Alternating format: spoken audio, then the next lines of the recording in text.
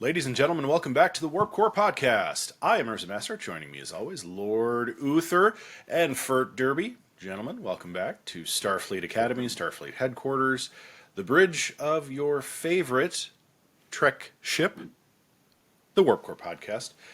And this week we're diving back into Season 3, the season of, with Star Trek the original series. And this week, we have a very interesting cast of characters, shall we say. Fert Derby, take us away with a little background on what we should come to know as That Which Remains. Thank you, Urza Master and Lord Uther and Warp Core friends. Call it what you will. That Which Remains, That Which Survives. Star Trek Season 3, the 72nd episode of the original series, aired on January 24th, 1969. We had Herb Wallerstein behind the camera. Herb has done a couple here that we've talked about already on the Warp Core. This would be his third time in the chair.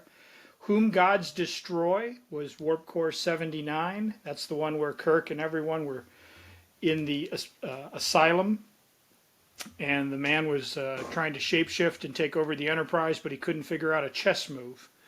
So that was Herb's work. He also did the Tholian Web, which was Warp Core 74, and that was involving Kirk floating out in space in another dimensional plane while aliens had a really cool geometric pattern developing around our beloved NCC 1701. So that's Herb. So he was here. It was nice to see Michael Richards, a.k.a. Kramer on Seinfeld, getting the story credit. Actually, that's completely untrue. Michael Richards was credited, but it was actually our very own former showrunner, D.C. Fontana, who inexplicably took a gender-inappropriate male pseudonym for her work on this episode. The teleplay was by current showrunner for the time, John Meredith Lucas. So you had some firepower at the typewriters for That Which Survives. We also had a couple of characters, as Ursa Master alluded to. Lee Merriweather played Lucira, whom we'll discuss in a moment, the holographic computer defender of a dead planet. And we had Booker Bradshaw, which is a terrific name, by the way. I don't care what era you're in. Booker Bradshaw is a fantastic name for a football player, an actor. Awesome wrestling name. A wrestling name. Like the next screenplay I put my fingers to, I'm going to try to figure out if I can successfully work in a Booker Bradshaw. Great name. He returns as Dr. Mabenga, and we're certainly going to talk about that in a few moments. This is only the second Mabenga appearance in the original series. We were first introduced to him in Warp Core, all the way back in Warp Core 58, A Private Little War. Do you think that's going to get awkward? Is he going to get demoted at some point in the original series? I mean, Strange New Worlds? What's going to happen here? Strange New Worlds has given us a lot of this character, and we've really grown to like him, and he's got his PTSD from the Klingon Wars and his daughter trapped in the transporter beam, and they've really done a great job of fleshing out, which clearly was a somewhat supporting character in the original series. But nevertheless, we'll talk about that here in a few moments. I won't do it this week because it's not technically her last appearance as someone contributing to the story, and I don't know which pseudonym she's going to use for her final episode. I hope Michael Richards gets another shout out. But in any event, we're nearing the end of DC Fontana, and she's been with the show from season 1. And in fact, her first credit goes all the way back to Warp Core 30. That was 52 episodes ago for those of you keeping track at home. So we'll talk about DC's contributions to the show in a couple of weeks, couple of episodes when we reach it. You'll also see a bunch of her in the early Star Trek The Next Generation. She was right there with Gene when Captain Picard and the Enterprise D took off but there was a falling out, and we'll get into that when we talk next gen. So DC has a pivotal foundational member of the Star Trek community, but her time on the original series is drawing to a close. And it was with this episode, like I say, that we were getting near the end, That Which Survives. Gentlemen, it's another sort of variation on a theme that we've had before. Enterprise discovers a mysterious world, goes down to investigate, runs up against a highly evolved artificial intelligence, which again, when you think about the late 60s, Stanley Kubrick giving us, and Arthur C. Clarke giving us 2001: A Space Odyssey, the idea of technology running amok. You know, it's kind of like the current fears we have of what can AI algorithms and so forth do. Are we going to get Skynet, or are we going to get really interesting photoshopped renditions of Katie Sackhoff? I mean, the possibilities are endless.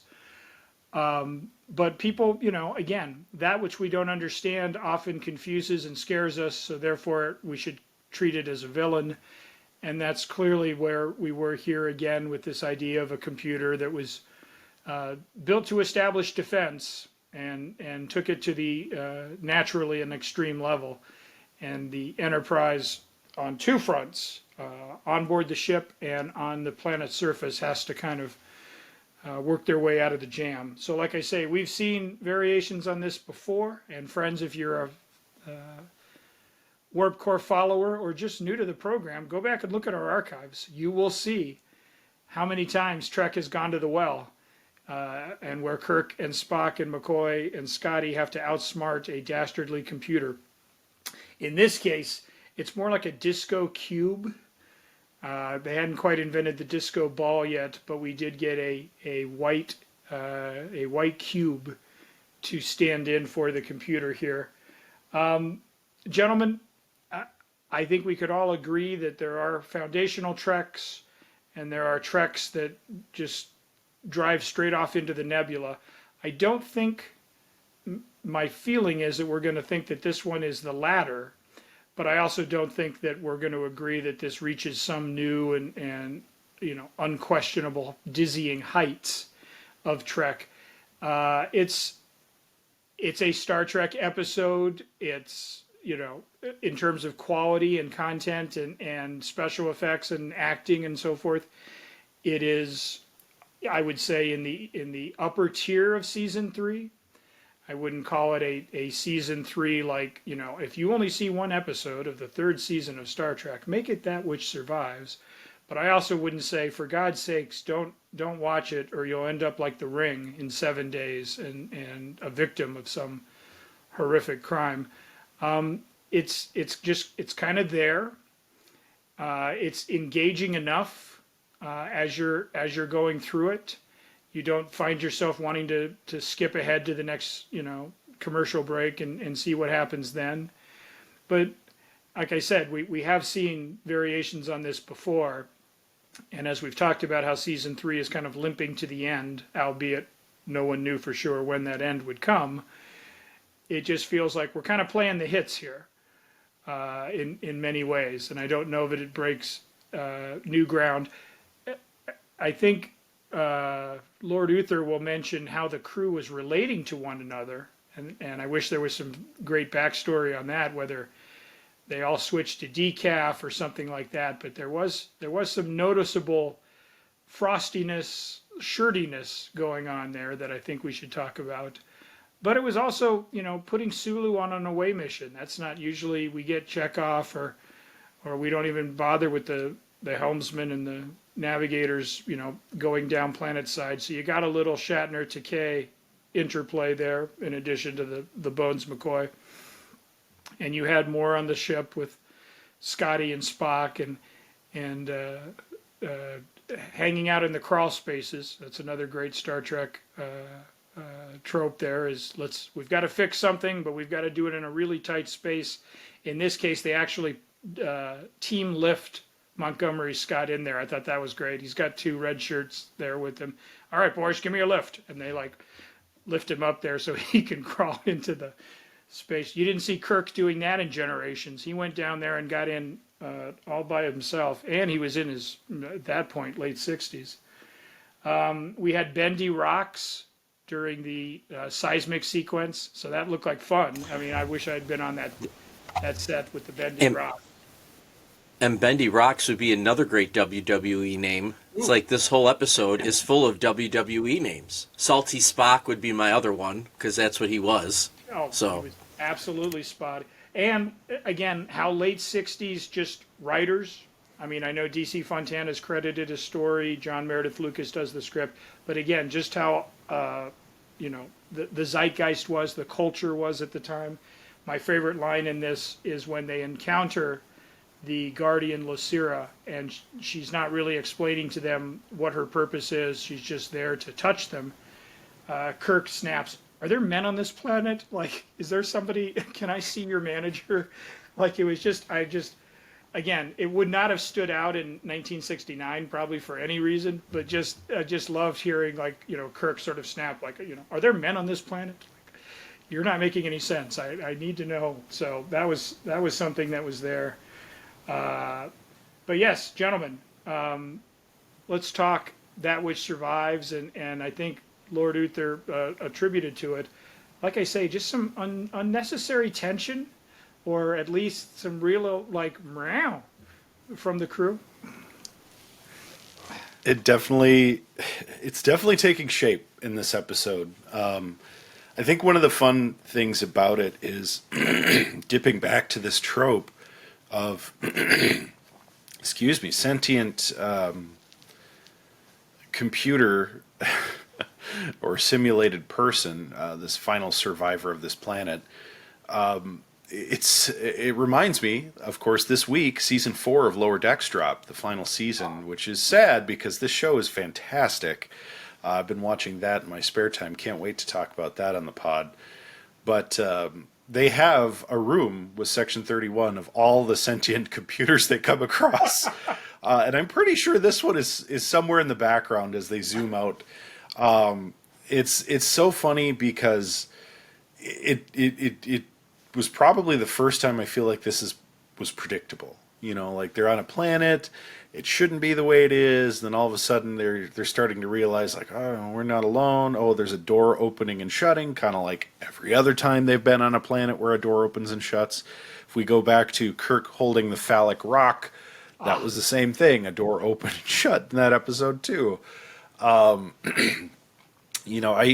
love what this episode does with so little a budget, right? You essentially get a cardboard set that Scotty is crawling through a Jeffries tube with like a fork, and he's trying to interrupt antimatter with matter, and he's like, "You can't do that." Well, yeah. There's not a ton of mystery, which I don't mind, actually. Like, it felt very much like a Q episode, how, this defense system was in two places at once, and, clearly there was more to, I think, this world than what they were able to discover. It felt like a half an episode, in a way, because, they're really just dealing with the eye candy and trying to figure out why she's there. There could have been a whole half of this episode where they're learning about this culture that used to be there and how long they've been gone, and that's how they realize, oh, you're a sentient computer that's a remnant of a civilization that no longer exists, and that's how we overcome you. That would be a next-gen thing to do. And I think later Star Treks pull that off much better. So I guess in that regard, it's a good episode in that, it gives you something to chew on. And it shows the creativity of Kirk, because he's definitely the bull in a china shop of Star Trek captains. He's like, I don't care what the civilization was here, just blow up the computer.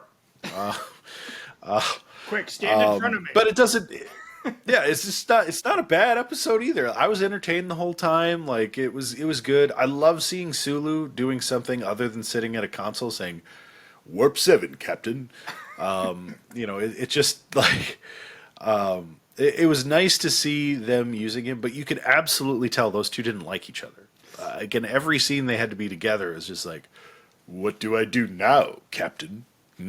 Are you going to tell me, or are we going to feud for 50 years? It's just like, I don't know. I still hope that one day we'll get George Takei and William Shatner before they die on the podcast so they can come on and bury whatever weird hatchet they've had for the last 60 years, because it's kind of silly. You're both in your, like late 80s and Shatner's in his 90s. Give it up. Give it up. Nobody cares. Nobody cares what you did 40, 50, 60 years ago, other than Star Trek, and you guys didn't really fight on there. But I still really thoroughly enjoyed the fact that they gave the red shirts names. Everybody who dies in this episode had a name. So it's kind of like they had become self-aware at this point that they kill off all the no names. But again, we get Spock in the captain's seat. We get Spock, with a greater role. So you could kind of tell there's a little bit of a rift between him and Shatner at this point. Like, it's like the Eagles, right? There's just rifts even between the big three, even between, the two who should be the most, buddy. But it's still good. It still delivers, and sometimes that's the tension that drives the creativity.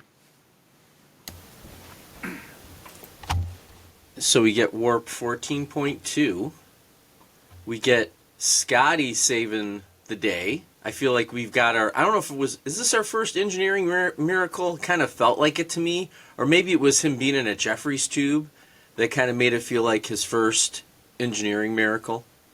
Real quick timeout. With no environmental suit, I mean, I was just kind of like, he's like saying we could blow the whole thing up, and you can eject me and all that. I'm just thinking, couldn't you have gotten him the helmet or a suit, or like it just because all the blue stuff is going. Yeah, but I kind of liked that moment there, and then I still think, and just because maybe we should timestamp this here at some point, but that's going to be an awkward conversation when Mbenga gets demoted. And McCoy is going to be like, how's McCoy going to get on that ship? And how is he going to get that? Or maybe we don't see that, but I feel like Strange New Worlds is going to give us that. I think it's purposely taking some of these courses. I think it's purposely going to take us right up to that moment.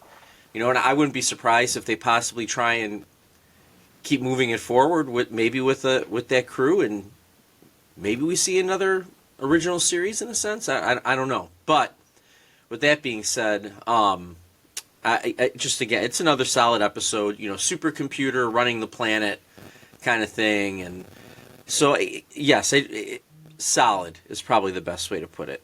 So here's the question, gentlemen. Mbenga, as portrayed in Strange New Worlds, I mean, he's a fully three-dimensional, full-bodied character at this point, rather than just a sideshow supporting character in the original series. So he's earned an exit. Now the question is, do we want to see him transferred? Do we want to see him die? Do we want to see a power play where, like, McCoy starts off as like a junior, Chapel, and then ends up, I mean, what would be the best use of creativity and canon and so forth to, write Dr. Mbenga off? I mean, just a simple, I'm going to go on the USS, Constitution, and here's your new surgeon. Or does that just feel too easy? Should there be something big and weighty where, like, he sacrifices himself, a la Spock in Wrath of Khan? Like, does the character deserve that big an exit, or is it just simply a matter of paperwork? Like, oh, okay, he's gone, and here's the... Because I feel like he's earned it now as a character. You just don't want to be like, hey, where's Mbenga? But we don't lose him. He stays. So that's what I mean by that. That's going to be awkward, right? Yeah, and maybe he moves down to maybe like a Doctor Emeritus, where he's only on certain missions because they feel like they need additional medical staff or something. I could see that. Or, he's a senior medical officer and he's like, oh, I don't need to be the chief medical officer. I'm just going to be here as backup, because I'm getting older and I don't want to work as much. It's just something practical. Honestly, I think of all the things that a character could earn on Star Trek, I think a practical exit kind of makes sense. You don't really see it too often where, somebody gets to be senior staff and they're like, you know what, I just want to take a back seat and coast out towards retirement. I don't need to be right in the middle of things. They haven't done that on Star Trek, as far as I know. I don't think anybody's just been like, I'm cool, I'm just gonna ride out till retirement. Everybody else gets some sort of an explosive ending, whether it's a death or they become a traveler or Asha Yar. Black tar heroin decides to just zap you. But like, I really think I think that would be an interesting. I know it's mundane, but I think that would be an interesting exit for the characters. Just like, let McCoy handle it. I'm gonna sit back in my research lab, and I'll be here if you need me. But Do some clock watching. I'm just gonna sit in the lower decks. I also think it's really interesting that we all have our red shirts on today. So, Ooh, which one I of mean, us? Expendable. we must have been feeling it. We must have been feeling it for these red shirts actually having names this episode. And the one that dies in engineering, like Watkins, I think it's funny. Like his last words are, "There's a strange woman down here," and then she touches him. And he just Famous last words. I want to see that epitaph. Right next to James R. Kirk that we saw in the first season. But gentlemen, speaking of engineering, what warp core rating do we give this sort of functional season 3 episode featuring Dr. Mbenga and others? Lord Uther. I think, man, Spock was so salty. It just really, really, it actually grated on me just a little bit. It would have been nice, and maybe they could have done this in future episodes. Maybe this could have been is this a preview of what he would have been like as a captain? And it would have been nice if they would have revisited some of that at some point in terms of him almost being too logical and not having any emotion and always correcting the crew. I mean, if you're a crew member and he was continuously he was even breaking it down like 0.295 hours and stuff like that. As a crewman at some point, you might be like, stop. It's a little micromanaging, literal micromanaging by Spock. So I'll go 4.5. I think it's 4.5 worthy. I don't know what would have gotten it to a 5. Maybe a less salty Spock, but 4.5 for me. I think, as a writer, I think I kind of saw what was going on looking past the veil of this episode. I think that the showrunner, John Meredith Lucas, wanted to emphasize, Spock. They were just okay, this is the character, so we're just going to amplify, where he's just, like he says, it's not, I wish you'd be more precise, Ensign. It's actually, 0.92 hours, or we're at actual warp 14.37. I think there was a decision made, let's just up all of Spock's little, and I think, unfortunately, that might have annoyed Nimoy, perhaps, or whatever, because it comes off, as you say, as kind of, almost argumentative or, belittling. He snaps at Uhura, he snaps at Scotty, he snaps at, literally anyone that comes into contact with him. So I think John Meredith Lucas was trying to, think, oh, this will be fun. Everyone wants to see logical Spock. But I think they probably just overdid it. Or at least when it was directed and acted and so forth, maybe Nimoy, like I say, was just all right, I'm going to play this super curt or super, as you say, annoying. And it read different, right? I don't know how it read in 69. We weren't there, but I know how it reads now. And like you say, it definitely sort of puts it off. But Kirk and Sulu, Ursa Master said it too. Sulu's should I take a reading, Captain? Well, that's a good idea, Mr. Sulu. Or something, there was just a lot of stuff like that. Even Scotty snapped at Watkins before he dies. He's like, go check the relay valve. He's like, but sir, the board is fine. I didn't ask you to check the board, laddie. I asked you to check the valve. I'm just everyone was just they're raring to go. They're 6 rounds. So I'm going to go slightly lower than Uther. I'll go 4. I don't know how it gets to 4.5, but I think it's not a terrible Trek. It's not a spectacular Trek. It's Star Trek, which is still a pretty good use of your time for 50 minutes or so. But yeah. I'm dialed in with Fert Derby today. I'm going 4 as well. Solid episode. Definitely some salt on the cast. I think the wheels are starting to come off a little bit with the personalities behind the scenes, and I'm not going to say this episode's a casualty of that, but I do think you're getting some defined rigidity to these characters. It's a little uncomfortable. I do think it makes me like the movies more.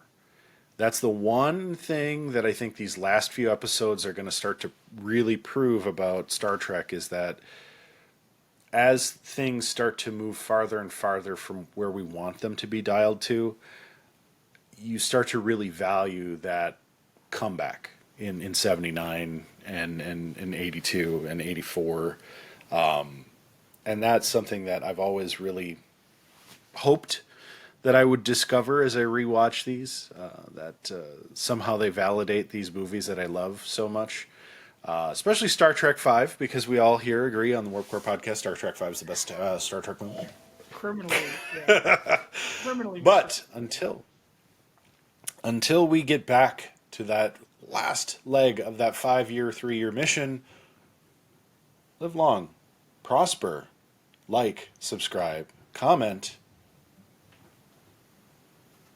and other things.